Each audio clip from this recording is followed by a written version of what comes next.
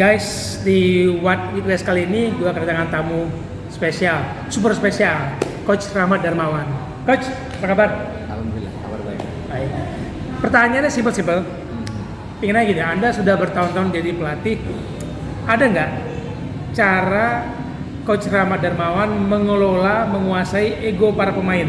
Karena pemain pasti punya ego, apalagi kalau udah bintang, kategori bintang, seleb, followernya banyak. Betul. Ada nggak Coach? Pasti ya, karena dalam perjalanan karir seorang pelatih pasti dinamikanya begitu banyak dengan klub berbeda, lalu dengan kualitas pemain-pemain yang berbeda. Dan kalau kita bicara pelatih juga, kita harus ingat bahwa seorang pelatih itu salah satunya dia harus menjadi psikolog buat para pemain-pemainnya. Karena di ilmu kepelatihan yang saya pelajari, kita juga mendapatkan psikologi kepelatihan, baik ketika saya kuliah maupun saat saya mengikuti kursus-kursus. Kenapa itu harus diberikan? Karena ini bagian yang terpenting di samping kita melatih segala aspek yang dibutuhkan di dalam sepak bola dan berkaitan dengan teknik, taktik, strategi, lalu fisik. Nah, satu hal mental. Nah, untuk kita mengasah mental pemain tentu kita harus punya cara-cara atau pendekatan secara psikologi. Kalau kita melihat dalam perjalanan saya sebagai pelatih, ada satu momen yang cukup sulit ketika itu, yaitu ketika saya menangani Arema Kronos. Waktu itu ada dua tim yang merge jadi satu. Waktu itu Pelita sudah merekrut pemain-pemain berlabel bintang. Di satu sisi Arema juga merekrut beberapa pemain-pemain bintang. Bayangkan di situ ada Gonzales, ada Beto Gonçalves, kemudian ada Kit Kayam Bagam, ada Safi Sali, kemudian ada satu lagi Greg Mokolo. Bintang semua itu. Ada 5 striker, ditambah Samsul Arif. Nah, 6 pemain yang semuanya kita tahu itu top skor Indonesia. Dan apa yang harus saya lakukan ketika itu? Nah, tidak mudah, pasti tidak mudah. Akhirnya ada beberapa solusi. Yang pertama,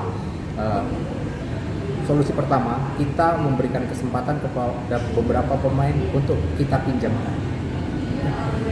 Ada 2 pemain yang waktu itu kita pinjamkan, satu Samsul Arif ke Lamongan, yang kedua Safi Sali akhirnya kita lepas, kita pinjamkan ke GDT. Nah, sisa ada 4 pemain di posisi yang sama dan mereka harus memperebutkan posisi yang sama. Nah, sebagai pelatih pertama, apa tindakan saya? Nah, tindakan saya adalah pertama mengkalkulasi bagaimana kehadiran pemain ini bisa bermanfaat bagi tim.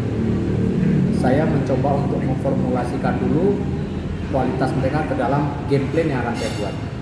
Itu yang pertama. Nah, tapi di dalam perjalanannya itu pasti kita akan mengalami kesulitan karena tidak mungkin semua pemainnya kan kita mainkan dalam posisi yang sama. Nah, ketika itu terjadi, ada pemain yang komplain, saya sebelumnya seorang top skor di klub saya. Saya direkrut, kenapa saya harus sekarang menjadi pemain cadangan? Nah, konflik-konflik seperti ini yang harus bisa kita atasi. Selama ini saya berusaha, nomor satu adalah untuk memberikan sebuah pengertian tentang rencana apa yang akan kita buat dengan tim ini.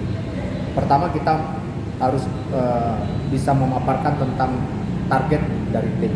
Yang kemudian yang berikutnya adalah game plan yang akan kita buat. Yang berikutnya adalah bagaimana rotasi harus terjadi di dalam pertandingan-pertandingan, tapi tidak menjadi sebuah keharusan bahwa rotasi itu kita buat hanya untuk menyenangkan seorang bintang. Yes, tidak. Kita harus ambil sikap bahwa rotasi itu memang sesuatu yang kita butuhkan, jadi bukan yang diada-adakan. Nah, ada beberapa konflik terjadi, tapi disitulah kita harus bisa menyelesaikan masalah sebelum merembet ke pemain yang lain. Caranya selalu pertama seintens mungkin berkomunikasi dengan pemain. Apa saja, komunikasi tidak hanya sekedar say hi atau bahasa sepak bola, taktik sepak bola, tapi saya bisa hari ini hanya ngobrol dengan pemain untuk menanyakan keluarga, bagaimana kehidupan kesehariannya, atau mungkin saya ajak makan gitu. Jadi ada banyak cara. Jadi kepanjangan jawabnya di Bang.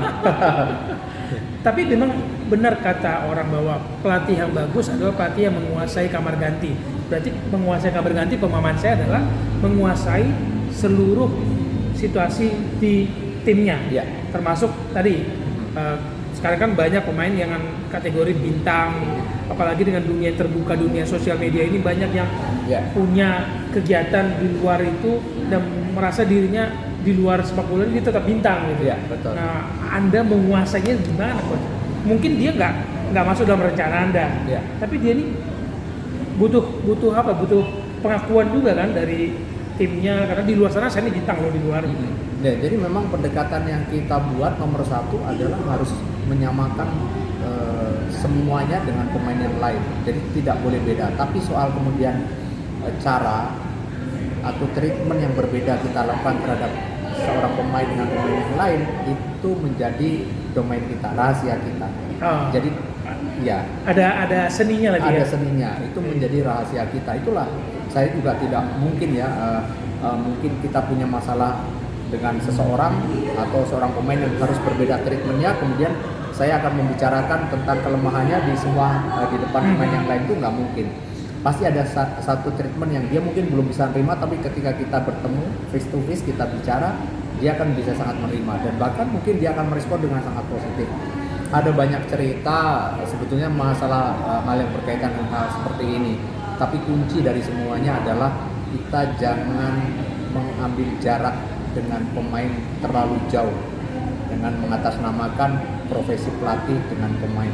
Itu paling penting karena justru ada dua hal yang harus menjadi anutan dalam setiap kita melatih. Pertama, pelatih harus berfungsi sebagai orang tua pengganti.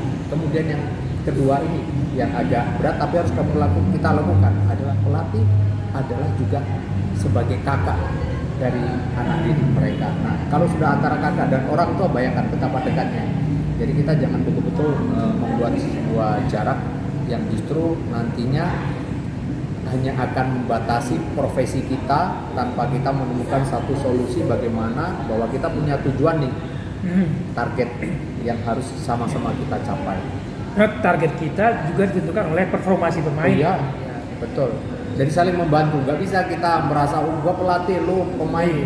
Hidup gua dari lu, hidup lu dari tergantung gua nih main apa enggak gitu. Betul, nggak bisa. Nggak bisa. Nggak boleh, itu nggak boleh. Sama sekali pikiran seperti itu sama sekali harus hilang. Oke, menarik ya. Berarti pelatih adalah orang tua dan kakak dari pemain. Ya. Kalau udah dua-duanya mau ngapain lagi? Ya. udah satu keluarga.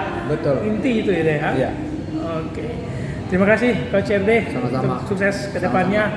Sampai ketemu lagi di What With West berikutnya. Salam bola untuk kebaikan. Bola untuk kebaikan.